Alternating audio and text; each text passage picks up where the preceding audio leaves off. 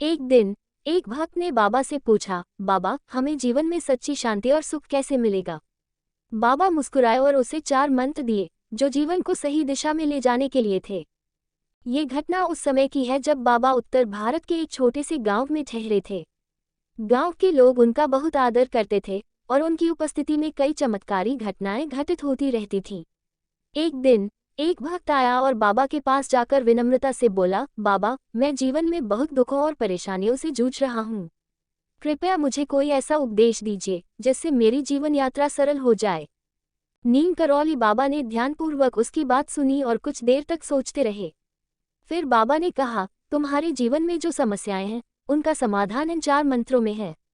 इन्हें समझो और जीवन में उतारो। राम राम। बाबा ने पहले मंत्र के रूप में राम राम का जप करने को कहा। उन्होंने कहा, राम का नाम सबसे पवित्र और दिव्य है। इसे जपने से आत्मा को शांति मिलती है और जीवन की सभी कठिनाइयां दूर हो जाती हैं। धैर्य दूसरा मंत्र था धैर्य। बाबा ने कहा, धैर्य सबसे बड़ी शक्ति है। जीवन में आने वाली कठिनाइयों का सामना बिना घबराए और धैर्य के साथ करो। हर समस्या का समाधान समय के साथ मिलेगा। आस्था तीसरा मंत्र था आस्था। बाबा ने कहा, ईश्वर में अपनी पूरी आस्था रखो।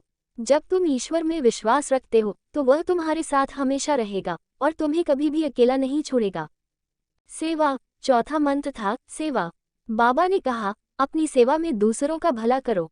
जितनी अधिक सेवा करोगे उतनी ही अधिक शांति और संतोष मिलेगा। दूसरों की मदद से आत्मा को शुद्धि मिलती है।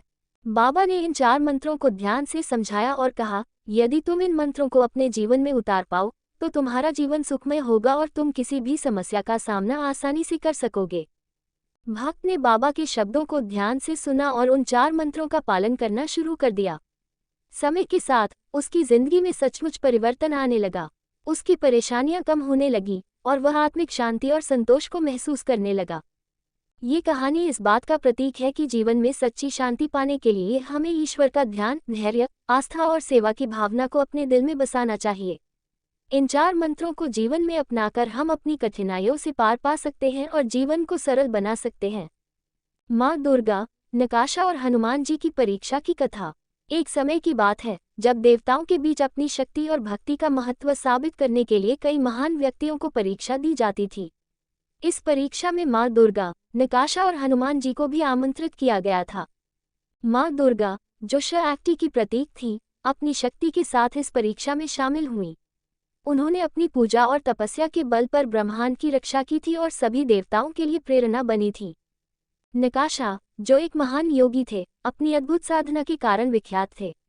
उनकी योग शक्ति और साधना के बारे में सभी जानते थे। उन्होंने भी इस परीक्षा में भाग लिया था, ये दिखाने के लिए कि योग और ध्यान से किसी भी परिस्थिति का सामना किया जा सकता है। हनुमान जी, जो श्री राम के परम भक्त थे, अपनी भक्ति, साहस और बल के लिए प्रसिद्ध थे। उन्होंने हमेशा सत्य और धर्म की रक्षा के लिए अपने बल का प्रयोग किया था। हनुमान जी के पास अपार शक्ति थी, लेकिन उनका दिल सिर्फ श्री राम की भक्ति में रमा हुआ था। परीक्षा के दौरान देवताओं ने तीनों से यह पूछा कि वे किसी संकट का सामना कैसे करेंगे। माँ दुर्गा ने अपनी शक्ति से हर संकट को समाप्त करने का वचन दिया।